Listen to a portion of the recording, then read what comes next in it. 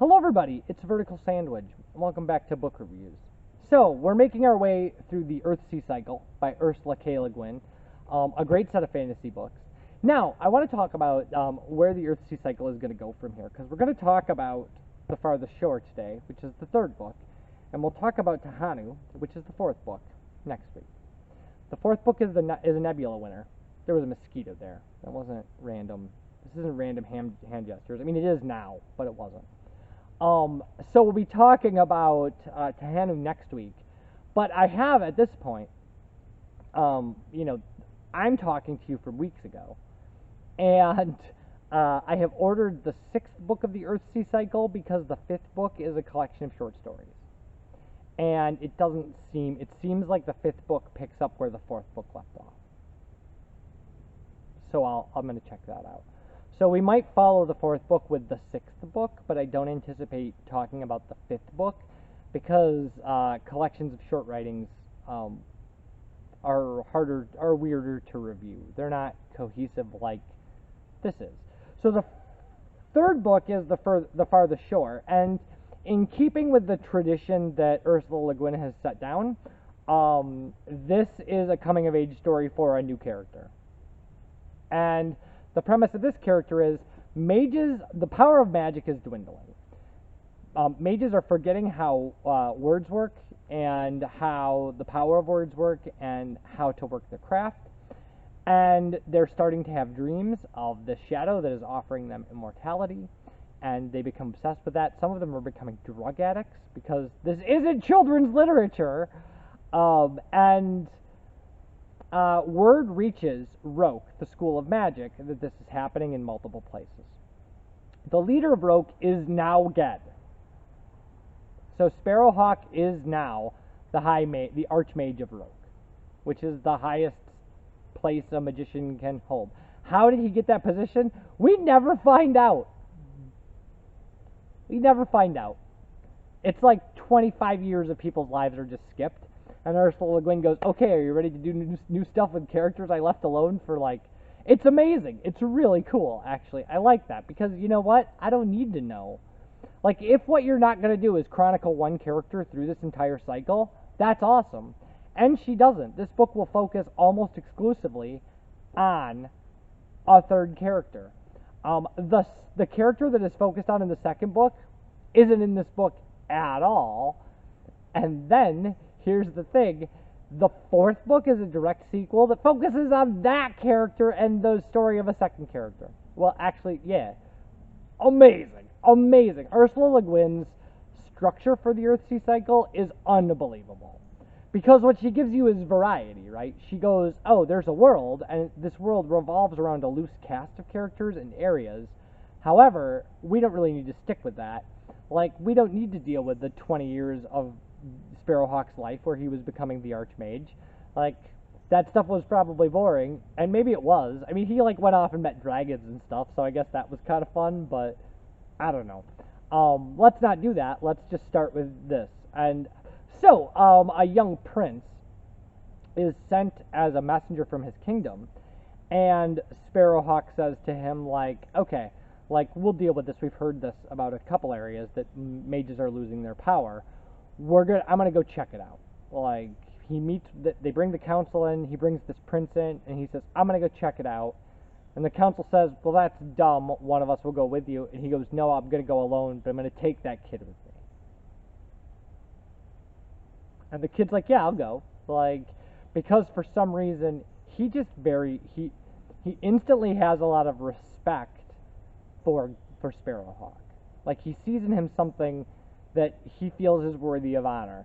And so then they go on this voyage that is a nightmare. It is a nightmare. They get robbed and beaten and, left for dead places and stranded in the sea, and all of these things are going on. And while it's going on, this young man is struggling with the idea of being impatient and petulant and not knowing whether or not he can trust the man he's decided to trust. There's a ton of resentment for the person leading the voyage for not telling this kid everything that the kid thinks he needs to know. And so we get to live inside the head of this impatient young man who is, used to being a prince at court, who's on this long sea voyage with this mage who doesn't talk very much, and he hates it. He hates it. There are moments where he really wants to rebel, and at some points he does, in ways that sometimes have negative consequences. And so we get to see this kid kind of learning how to be a different person. And that is the point of all of these books, right? The point of all of these books is to take a character and watch them become a different character, which is one of the hardest things to do believably in literature, right? It's very easy to change a character, and if you want a great example of bad character development, and this is a thing that check out, like, I don't know if I should say this, like, because it's not even about books, right? But you can find, like, I guess you can find bad character development everywhere. I'm not going to point out a specific example, I suppose. But if you want a great example of character development, and I'm just going to tell you to watch this movie, like, a great example of character development is the son's character in Big Fish. Like, the entire premise of that is about his relationship with his father.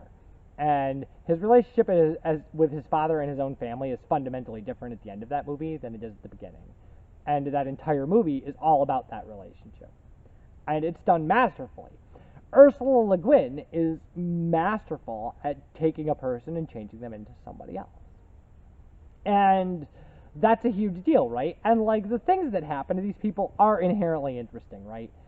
There's magic in this world, and they are going to islands that have dragons on them, and things like that. So, I mean, it's a fantasy novel. It's inherently kind of cool and fantasy-like. In some ways, it's almost too fantasy-like, where all the names are made up and all the places are made up, so it's hard to relate. But Ursula Le Guin, again, writes believable characters that do kind of believable transformations.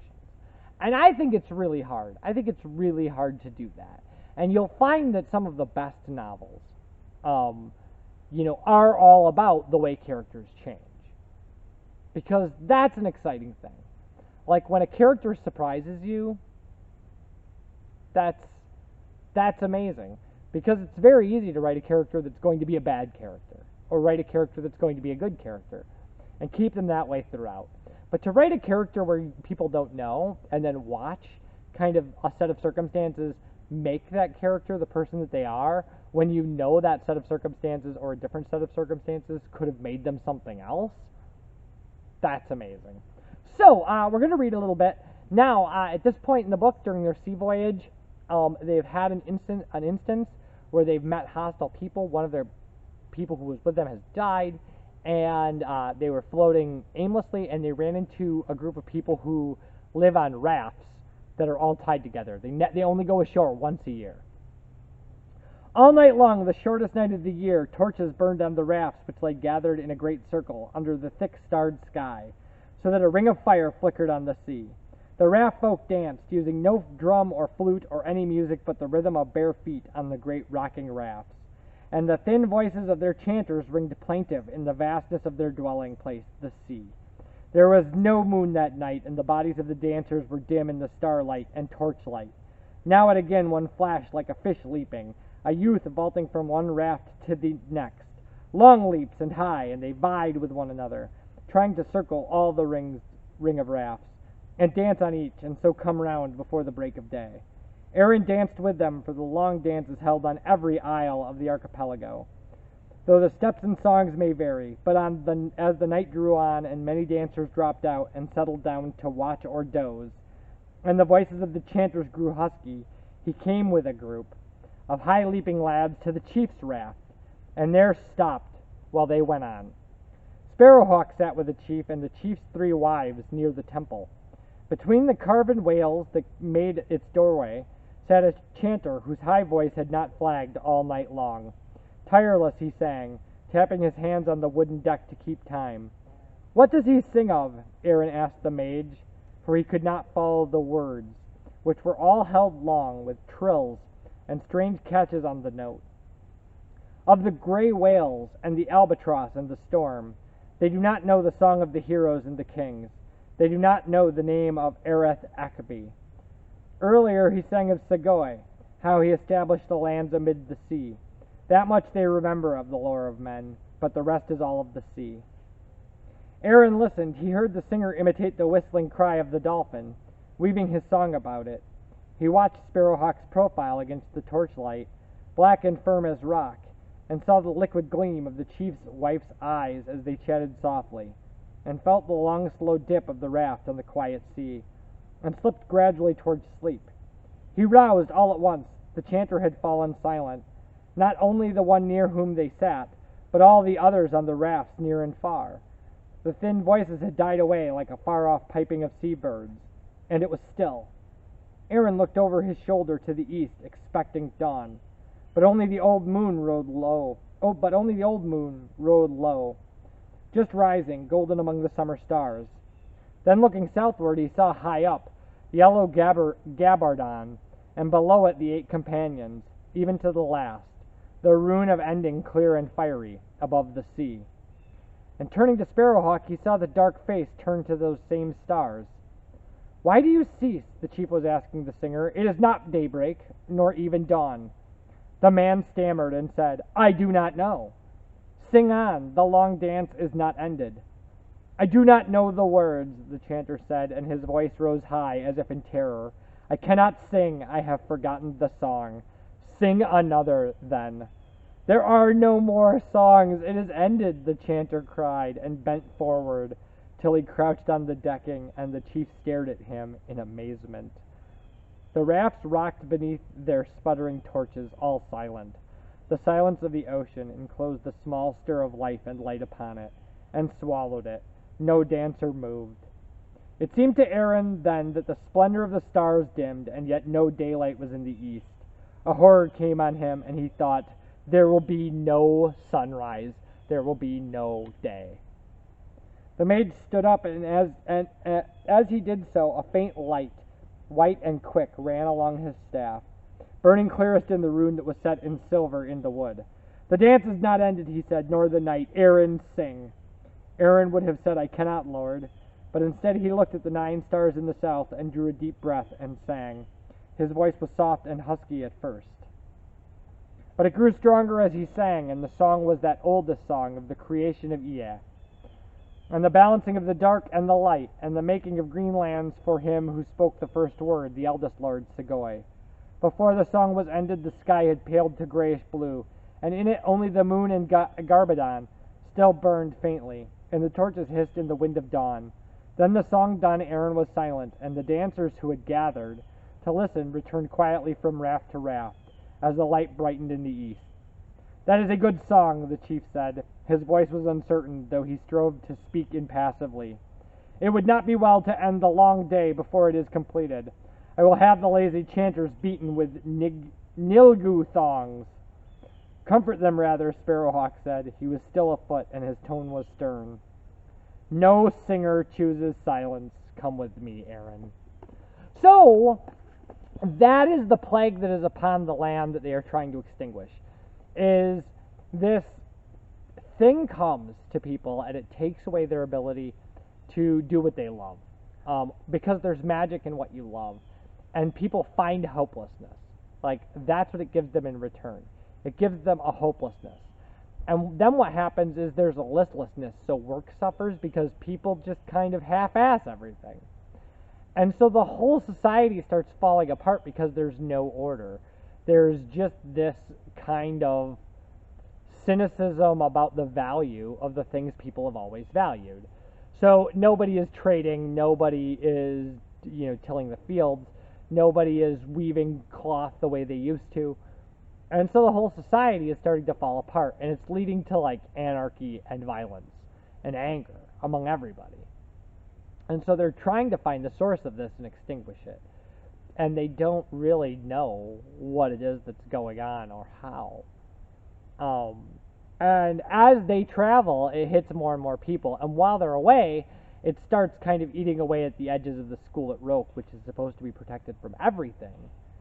So, yeah, it becomes this huge... And this book actually is a lot of fun because not only is it the coming of age story of Aaron, who becomes an important character, and all these characters are going to appear in the fourth book, but it also ends up being this kind of statement about the kind of lives and societies people need to feel fulfilled, which is also interesting, like as a kind of overarching story. It's the longest story of the first 4 books of the Earthsea cycle because it's a long voyage. It deals with a lot of places. It deals with a lot of happenings. So yeah, it's a good story. I mean, again, I love these books. It took me about 2 days to read this book as well. Maybe a little longer for this one. This one is, I think, the longest of the books at 235 pages. So Tahanu is probably also about the same length. But yeah, I strongly suggest this entire collection of books. But when we come back, we'll be talking about Tahanu, the 4th book of Earthsea. And after that, I don't know, the 6th book maybe, if I've read it by then, which I'm sure I will have. Or maybe some other, I don't know, there's, possibly endless possibilities. People have been writing books for hundreds of years, and I've only been reviewing them for 2. So, when we come back, more book reviews. Bye, everybody.